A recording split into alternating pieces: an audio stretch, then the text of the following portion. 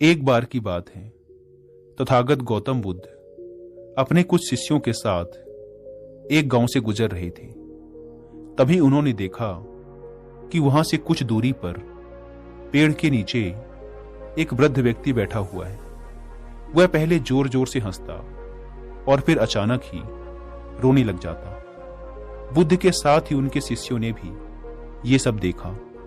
जब बुद्ध उस व्यक्ति के पास पहुंचे तो वह वृद्ध व्यक्ति उन्हें देखकर जोर जोर से रोने लगा और बुद्ध के चरणों में गिरकर कहने लगा, बुद्ध, आप जो कुछ भी कहते हैं वो सब सत्य है, लेकिन मैं ही आपकी बातों को नहीं समझ पाया और आपका विरोध करता रहा, आपका अपमान करता रहा। उस वृद्ध व्यक्ति की आंखों से लगातार आंसू निकल रहे थे। बुद्ध ने उसके आंसू पोंछे और उसकी तरफ थोड़ी देर तक ध्यान से देखा। उसके बाद बुद्ध ने अपनी झोली में से कुछ भोजन निकाला और उस बूढ़े व्यक्ति को खाने के लिए दे दिया। वह व्यक्ति बहुत भूखा था। उसने उस भोजन को खाया और पानी पिया, लेकिन भोजन के हर निवाले के साथ वह कभी हंसता और कभी रोता। बुद्ध के शिष्यों को वह बूढ़ा इंसान पागल प्रतीत हो रहा था। शिष्यों ने बुद्ध से पूछा, तथागत, ये वृद्ध व्यक्ति कौन है? क्या इनका दिमागी संतुलन ठीक नहीं है? हमें तो ये इंसान पागल मालूम पड़ता है। बुद्ध ने कहा, नहीं, यह इंसान पागल नहीं है, बल्कि इसे ज्ञान की प्राप्ति हुई है। इसीलिए तुम लोग इसके पास जाओ और इससे ज्ञान प्राप्त करो। शिष्य उस वृद्ध व्यक्ति के पास जाते हैं और उससे पूछते हैं, हमें आपके हंसने और रोने का कारण समझ नहीं आया। क्या आप हमें इसके पीछे का कारण समझा सकते हैं? वृद्ध व्यक्ति ने कहा, आज से कुछ वर्षों पूर्व मैं गौतम बुद्ध से मिला था। मैंने उनके उपदेश सुने, लेकिन मुझे उनके उपदेश एकदम बेकार लगे। मुझे लगता था कि जीवन जीने और जीवन में आगे बढ़ने के लिए बुद्ध के उपदेश किसी काम के नहीं हैं। मुझे लगता था कि बुद्ध लोगों को बहका रहे हैं। इसीलिए मैं बुद्ध के विरोधियों के साथ मिलकर उनके खिलाफ षड्यंत्र रचता, लोगों के सामने बुद्ध की बुराइयां करता और कोशिश करता कि ज्यादा से ज्यादा लोग बुद्ध के खिलाफ हो जाएं और उनके झांसे में न आएं। बुद्ध अपने उपदेशों में कहा करते थे कि जरूरत से ज्यादा धन का संग्रह इंसान को दुख देता है, लेकिन मुझे बुद्ध की ये बात बिल्कुल बेतुकी लगती थी। बुद्ध अपने उपदेशों में ये भी कहते थे कि झूठ मत बोलो, मदिरापान का सेवन मत करो, किसी को ठगो मत। लेकिन मुझे बुद्ध की ये सब बातें बुरी लगती थी, क्योंकि उन दिनों मैं यही तो करता था। अपना व्यवसाय बढ़ाने के लिए लोगों से झूठ बोलना, ज्यादा फायदे के लिए लोगों को झूठ बोलकर ठगना, रोज रात को मदिरापान करना, यही मेरी दिनचर्या थी। लेकिन मैं उन दिनों ये भी देख पा रहा था कि जो लोग बुद्ध की बातों का अनुसरण करते थे वो ज्यादा सुखी और शांत जीवन व्यतीत कर पा रहे थे, जबकि उन लोगों के पास ज्यादा कुछ होता नहीं था। लेकिन मैं इन लोगों को देखकर कुछ सीखने की बजाय उनसे ईर्ष्या महसूस करता था। यही सोचकर आज मैं रो रहा हूं कि ये बातें मुझे उस समय समझ क्यों नहीं आई। मुझे ये बातें अब समझ आ रही हैं, जबकि मैं बूढ़ा हो चुका हूं। मेरे पास अब ज्यादा समय नहीं है और मैं हंस इसलिए रहा हूं क्योंकि मैं ये देख पा रहा हूं कि मेरे आसपास के सभी लोग वही गलती कर रहे हैं जो मैंने की थी, और इन्हें भी मेरी तरह ये सब बातें तब समझ आएंगी जब समय इनके हाथ से निकल चुका होगा, और फिर ये भी मेरी तरह पछताएंगे कि काश पहले ही ये बातें समझ लेते। शिष्यों ने कहा, आपको अपने जीवन से जो कुछ भी ज्ञान प्राप्त हुआ है, कृपया आप वो ज्ञान हमारे साथ भी साझा करें, ताकि हम सबके ज्ञान में भी वृद्धि हो सके और हम सब भी जीवन की गहराइयों को समझ सकें। उस बूढ़े व्यक्ति ने अपने हाथ जोड़कर कहा, महात्मा बुद्ध के शिष्य हैं आप लोग। बुद्ध से ज्यादा जीवन की गहराइयों को किसी ने नहीं समझा। मैं तुम्हें वो नहीं बता सकता जो बुद्ध तुम्हें बता सकते हैं, लेकिन फिर भी जितना मैंने जीवन को समझा है उतना मैं आप सबको अवश्य बताऊंगा। अपने जीवन के इस अंतिम पड़ाव में आकर मैंने जाना कि इस दुनिया का हर इंसान एक प्रतिस्पर्धा में शामिल है। सब एक दूसरे से प्रतिस्पर्धा कर रहे हैं, सब भाग रहे हैं और एक दूसरे से आगे निकलना चाहते हैं, खुद को दूसरों से श्रेष्ठ साबित करना चाहते हैं। और ये आगे निकलने की दौड़ बचपन से ही शुरू हो जाती है। जब मैं छोटा था तो अपने मित्रों से आगे निकलना चाहता था। मैं चाहता था कि मेरे पास मेरे मित्रों से अच्छे खिलौने हों, ज्यादा सुंदर कपड़े हों। मैं उनसे ज्यादा समझदार और होशियार दिखने की कोशिश में लगा रहता था। मेरी माँ बहुत ज्यादा सख्त थी। वो मुझे मेरी मर्जी के खिलौने और मिठाइयां लेने से रोकती थी। इसीलिए मेरे मन में कभी कभी ख्याल आता कि अगर ये मर जाएं तो मैं स्वतंत्र हो जाऊंगा और अपनी मर्जी से मिठाइयां और खिलौने ले पाऊंगा। लेकिन ऐसा नहीं हुआ। तो मैंने सोचा कि मैं जल्दी से बड़ा हो जाऊं ताकि मैं बाकी बड़े बच्चों की तरह अपने फैसले खुद ले सकूं और फिर मैं अपनी मर्जी से मिठाइयां और खिलौने भी ले पाऊंगा। और ऐसे ही मेरा बचपन गुजर गया और मैं जवान हो गया। लेकिन तब तक खिलौने और मिठाइयों जैसी चीजें मुझे व्यर्थ लगने लगी थी। लेकिन अब नए तरीके की प्रतिस्पर्धा शुरू हो चुकी थी। मैं अपने मित्रों और रिश्तेदारों से ज्यादा धन कमाना चाहता था ताकि मैं उन्हें दिखा सकूं कि मैं उन सब से ज्यादा काबिल हूं। मैं उन सब से अच्छा घर बनाना चाहता था, सबसे अच्छे कपड़े पहनना चाहता था ताकि सभी लोग मेरा सम्मान करें और मुझे इज्जत दें। इसके लिए मैंने लोगों से झूठ बोला, लोगों के खिलाफ षड्यंत्र रचे, उन्हें ठगा। लेकिन उस समय मुझे यह सब सही लगता था। मैं सोचता था कि केवल इसी तरीके से ही जीवन में आगे बढ़ा जा सकता है और बहुत सा धन कमाया जा सकता है। फिर कुछ समय पश्चात मेरे माता पिता ने मेरा विवाह कर दिया। मेरी पत्नी बहुत सुंदर थी। वो मेरा बहुत ख्याल रखती थी। मुझे उसकी हर बात अच्छी लगती थी। लेकिन बहुत सालों तक हमारे कोई संतान नहीं हुई। मुझे इस बात की चिंता सताने लगी कि मेरे बुढ़ापे का सहारा कौन बनेगा। जब मैं अपने मित्रों के घरों पर उनके बच्चों को हंसता खिलखिलाता देखता तो मुझे उनसे ईर्ष्या होती और सोचता कि मेरे घर भी बच्चों की ऐसी ही किलकारियां गूंजनी चाहिए। और बहुत ही जल्द भगवान ने हमारी सुन ली और मैं एक पुत्र का पिता बना। उस दिन मैं बहुत खुश था। मुझे लगने लगा कि अब मुझे सब कुछ मिल गया, मुझे और कुछ नहीं चाहिए। लेकिन बहुत ही जल्द मेरे मन में ख्याल आने लगा कि अगर मेरे 2 पुत्र हों तो मेरा जीवन और भी आसान हो जाएगा। और इस बार भी भगवान ने मेरी सुन ली और मैं दूसरे पुत्र का पिता बना। मैंने अपने पिता के व्यापार को बहुत आगे तक बढ़ाया। एक दिन मेरी पत्नी ने मुझसे कहा, तुम्हारे पिता ने तो सिर्फ इस व्यापार को शुरू किया था, इसे बड़ा तो तुमने ही बनाया है, सारी मेहनत तुम्हारी ही है। और वैसे भी अब तुम्हारे माता पिता बूढ़े हो चुके हैं, उन्हें व्यापार को तुम्हारे हाथों देकर चारों धाम की यात्रा पर निकल जाना चाहिए। मुझे भी ये बात ठीक लगी। मैंने इस बारे में अपने पिता से बात की, लेकिन उन्होंने साफ मना कर दिया। मुझे अपने पिता पर बहुत क्रोध आया और उस दिन के बाद मुझे अपने पिता की हर बात बुरी लगने लगी। मुझे व्यापार में कुछ भी करने से पहले उनसे पूछना पड़ता था। ये बात मुझे बहुत खराब लगती थी। अब मैं स्वतंत्र होना चाहता था। घर और व्यापार के सारे निर्णय खुद ही लेना चाहता था। और बहुत ही जल्द ईश्वर ने मेरी ये बात भी सुन ली। अचानक ही मेरे पिता बहुत बीमार पड़ गए। मुझे लगने लगा कि अब मेरे पिता बहुत ही जल्द इस दुनिया को अलविदा बोल देंगे। मुझे इस बात से दुखी होना चाहिए था, लेकिन मैं कहीं ना कहीं अंदर से खुश था कि अब मुझे टोकने वाला कोई नहीं होगा। मैं सारे निर्णय अपनी मर्जी से कर सकूंगा। मेरे पिता की हालत बहुत ज्यादा खराब होने लगी, यहां तक कि वो अब बोल भी नहीं पा रहे थे।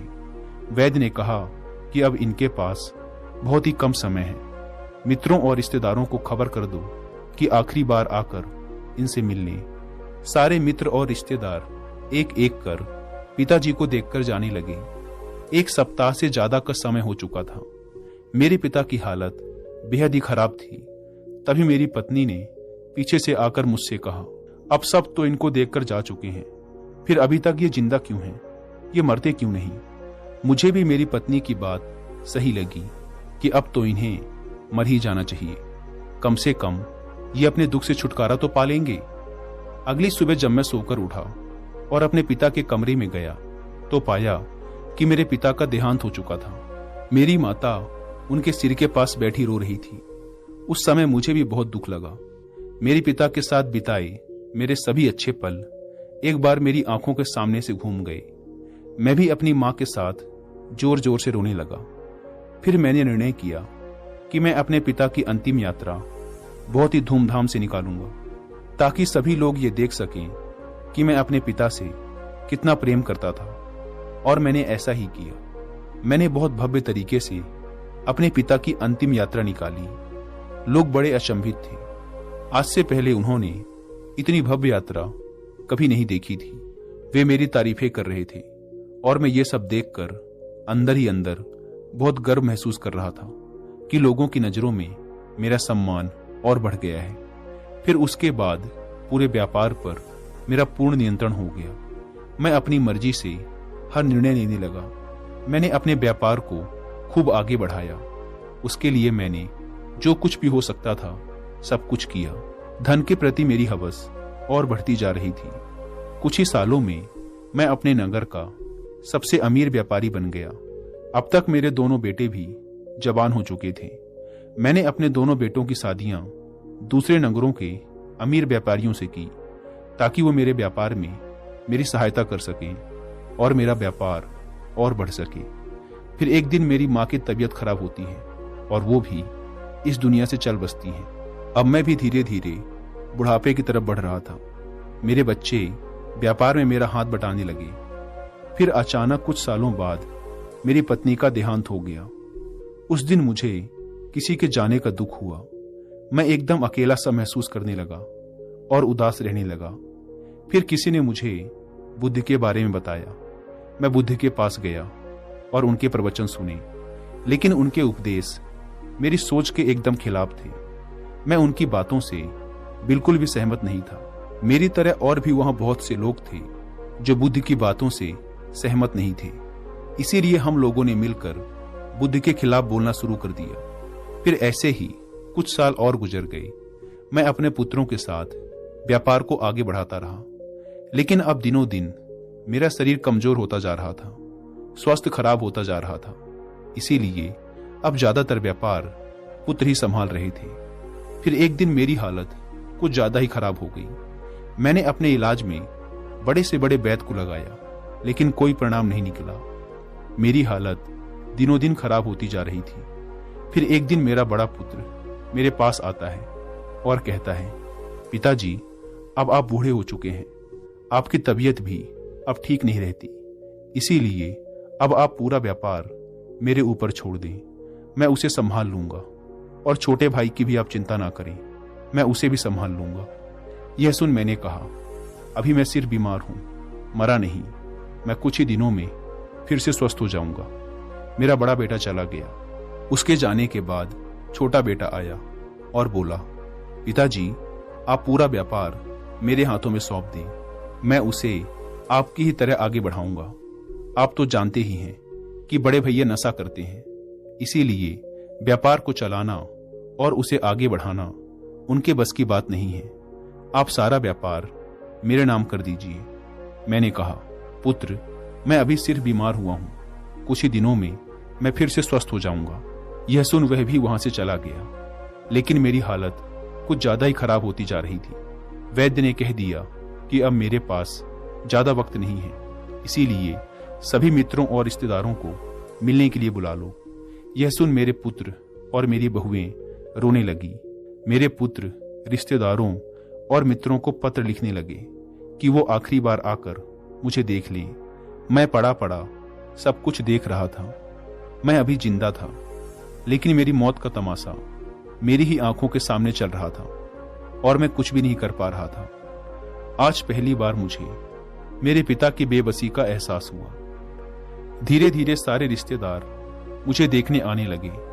वे मेरे पास बैठकर रोते और कहते, आपके बिना हमारा काम कैसे चलेगा।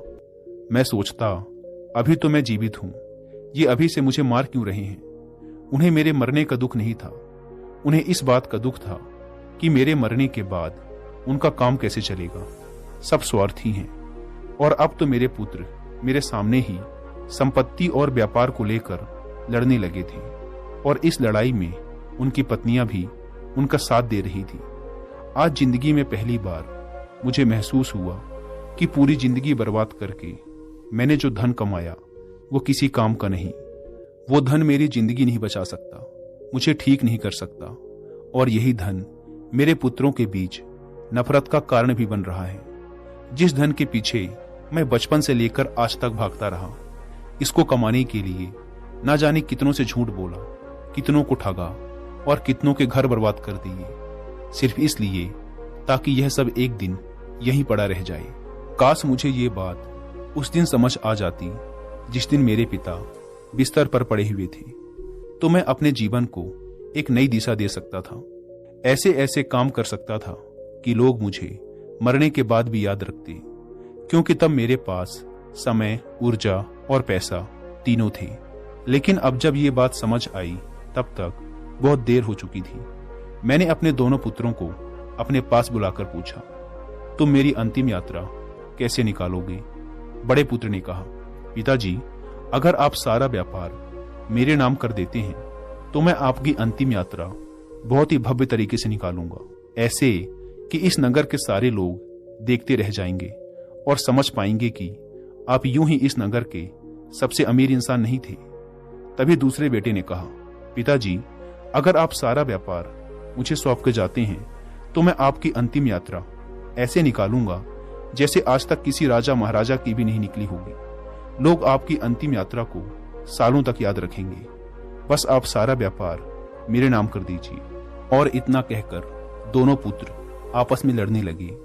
फिर उनकी पत्नियां भी अपने अपने पतियों के साथ इस लड़ाई में उलझ गई और मैं पड़ा पड़ा सोचता रहा, ये सब कुछ मैंने बनाया, अपनी मेहनत, अपने हाथों से बनाया, और आज ये सब कुछ छूट रहा है। मेरी बनाई हुई संपत्ति के द्वारा ही मेरा सौदा किया जा रहा है। मैं अब तक इस घमंड में रहता था कि मैंने सबसे सफल जीवन जिया है, लेकिन उस दिन महसूस हुआ कि अभी तो जीना शुरू भी नहीं किया था और अंतिम समय आ गया। सारा जीवन बस यूं ही भागा दौड़ी में गंवा दिया। मैंने कितने लोगों को मरते देखा, अपने पिता को, अपनी मां को, अपनी बीबी को, अपने मित्रों को। सबकी यात्रा उस शमशान में जाकर खत्म हो जाती है। मैं भी सभी के साथ यहां पर आया, पर कभी यह नहीं महसूस कर पाया कि एक दिन मुझे भी यहां पर लाया जाएगा। पता नहीं किस चीज में उलझ गया, बचपन से उलझा तो बुढ़ापे तक उलझा ही रहा। अब जाकर कुछ समझ आया तो अब समय ही नहीं, सब कुछ हाथ से रेत की तरह फिसल गया, बस पश्चाताप रह गया। इतना कहकर वह वृद्ध व्यक्ति चुप हो गया और बुद्ध के पास आकर बोला, मैंने अपना पूरा जीवन नष्ट कर दिया, क्या इन बचे हुए दिनों के लिए मुझे आपसे कुछ मिल सकता है? बुद्ध ने कहा, अपने जीवन का एक बहुत बड़ा हिस्सा भले ही तुमने अज्ञानता में गुजार दिया हो, लेकिन ज्ञान का एक क्षण भी बहुत बड़ा होता है। तुम्हारे पास अब जो समय है वो ज्ञान से पूर्ण है, इसीलिए अब बचे हुए क्षणों में तुम्हें जो कुछ भी मिले, सांसें या मृत्यु, उसे सहर्ष स्वीकार करो। बचे हुए जीवन को पूर्णता के साथ देखो। जो बीत गया उसके लिए पश्चाताप मत करो। पूरी तरह से वर्तमान के हर पल को जियो, वर्तमान में केंद्रित हो जाओ और जो तुम्हें मिल रहा है उसे स्वीकार करो। जितना रहस्य जीवन में है उससे कहीं ज्यादा रहस्य मृत्यु में है। जितनी खुशी जीवन नहीं दे सकता उससे ज्यादा खुशी मृत्यु दे सकती है। बस तुम पूरे होश पूर्वक इसे देखना, बचे हुए जीवन के एक एक क्षण को देखना। बीते हुए कल का पश्चाताप मत करना, भविष्य की चिंता मत करना। केवल इस पल के साथ, इस क्षण के साथ एक हो जाना। फिर जो जागृति, जो ज्ञान तुम्हारे अंदर आएगा अंतिम क्षणों में, वही तुम्हारी सहायता करेगा।